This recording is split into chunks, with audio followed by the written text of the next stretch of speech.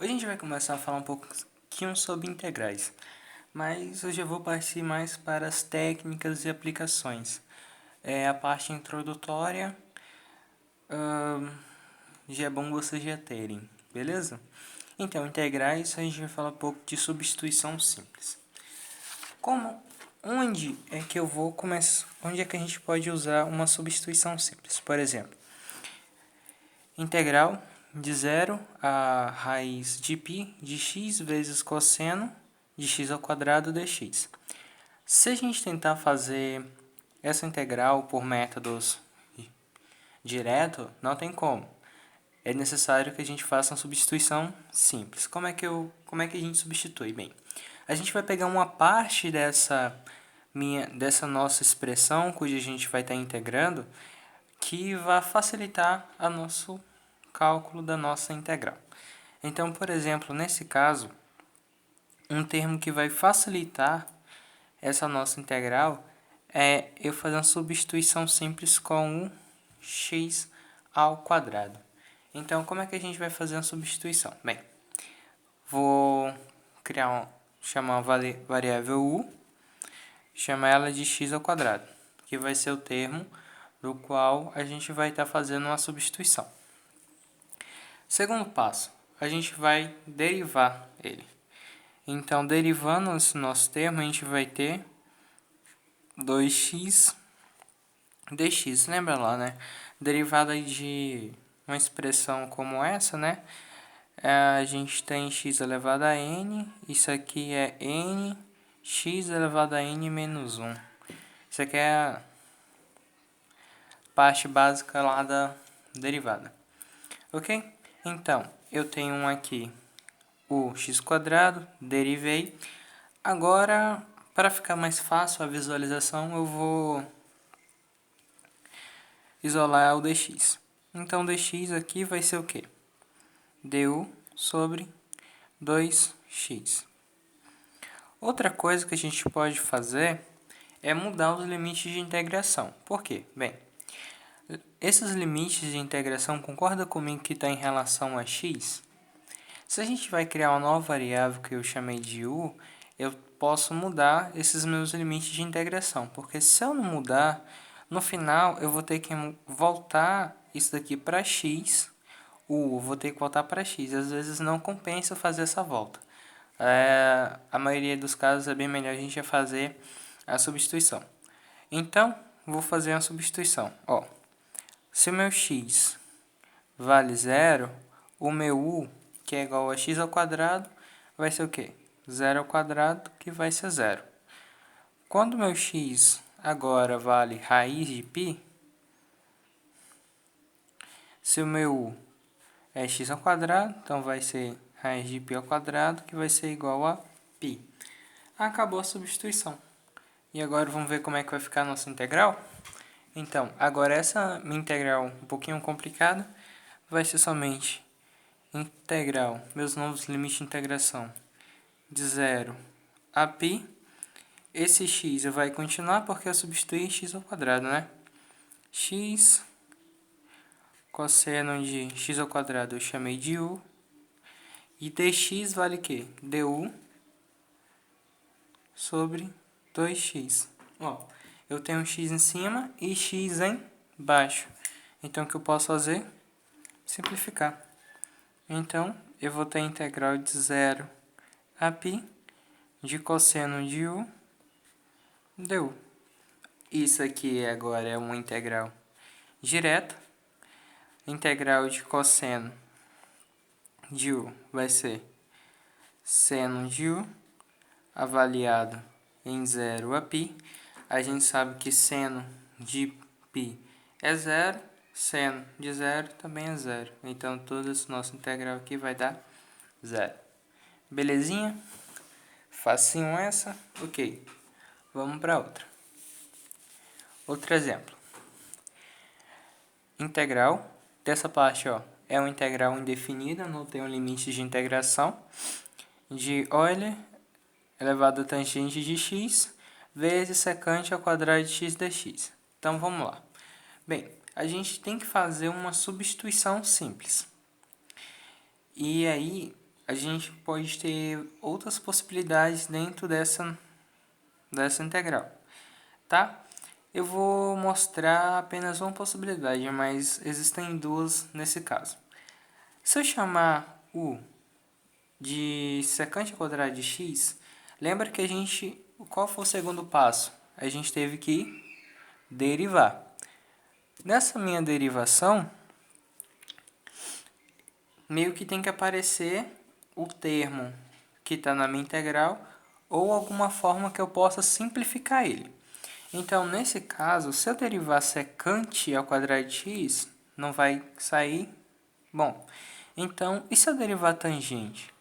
Lembra qual é a derivada da tangente? É secante ao quadrado de x. E olha, secante ao quadrado de x é na minha integral, então dá, quem sabe, para me simplificar. Então, vamos lá. Se eu chamar u de tangente de x, quando eu derivo, eu vou ter o quê? Secante ao quadrado de x dx. Ó, du é igual a secante ao quadrado de x dx. Secante ao quadrado de x dx. Então, isso aqui vai ser integral de Euler elevado a quem? Se eu chamei tangente de x, é u. Secante ao quadrado de x dx é du. Simples. Então, agora, isso aqui integral de Euler elevado a u continua sendo Euler elevado a u. Já como eu não tenho limite de integração, vai ser mais a constante. No entanto, eu vou ter que voltar. Quem eu chamei de u, eu vou ter que voltar para x. U é quem? Tangente de x. Então, fica Euler elevado a tangente de x mais a minha constante. E esse aqui é o resultado da nossa integral. Vamos para mais um exemplo?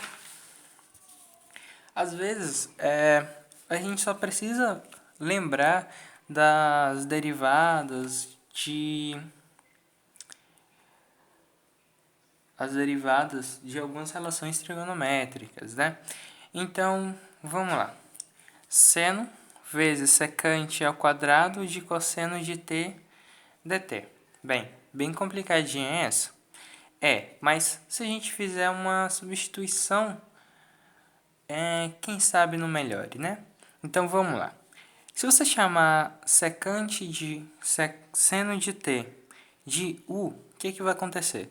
Quando você derivar, qual é a derivada de seno de t?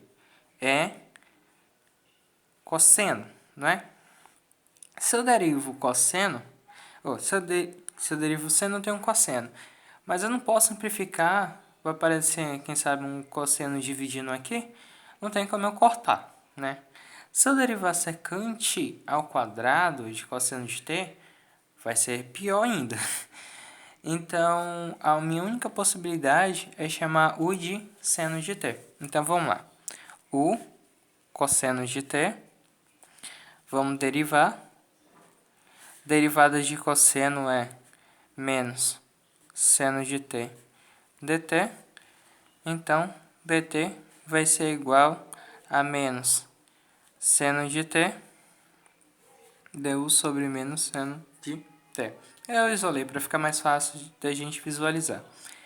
Então, a gente vai ter integral de seno de t secante ao quadrado de cosseno de t. A gente chamou de u.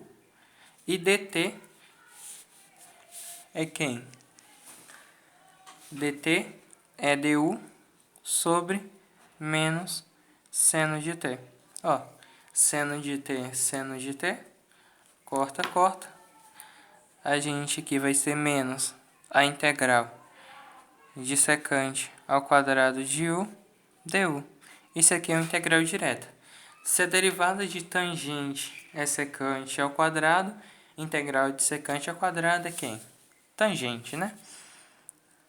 Tangente de u menos tangente de u mais a constante é indefinido. Eu tenho que pegar esse u e voltar novamente para minha variável, que é t. Então, a gente vai ter menos tangente de cosseno de t mais a minha constante. E o último caso que eu quero apresentar para vocês é esse. Vamos supor que você tem essa integral. Integral de x ao cubo vezes raiz de x ao quadrado mais 1 dx. Aí você faz uma substituição. Chama u de x ao quadrado mais 1, derivou, deu 2x, isolou dx. Onde foi dx, você colocou deu sobre 2x, que foi onde você isolou aqui seu dx. Você simplificou, mas ainda ficou um x ao quadrado aqui vezes raiz de u du. O que você vai fazer agora? Bem, aí é o seguinte. Você chamou u de x ao quadrado mais 1, correto? A gente tem um x ao quadrado aqui. A gente tem um x ao quadrado aqui. Dá para a gente manipular a nossa substituição. Então, se u é igual a x ao quadrado mais 1, x ao quadrado vai ser igual a u menos 1. Acabou.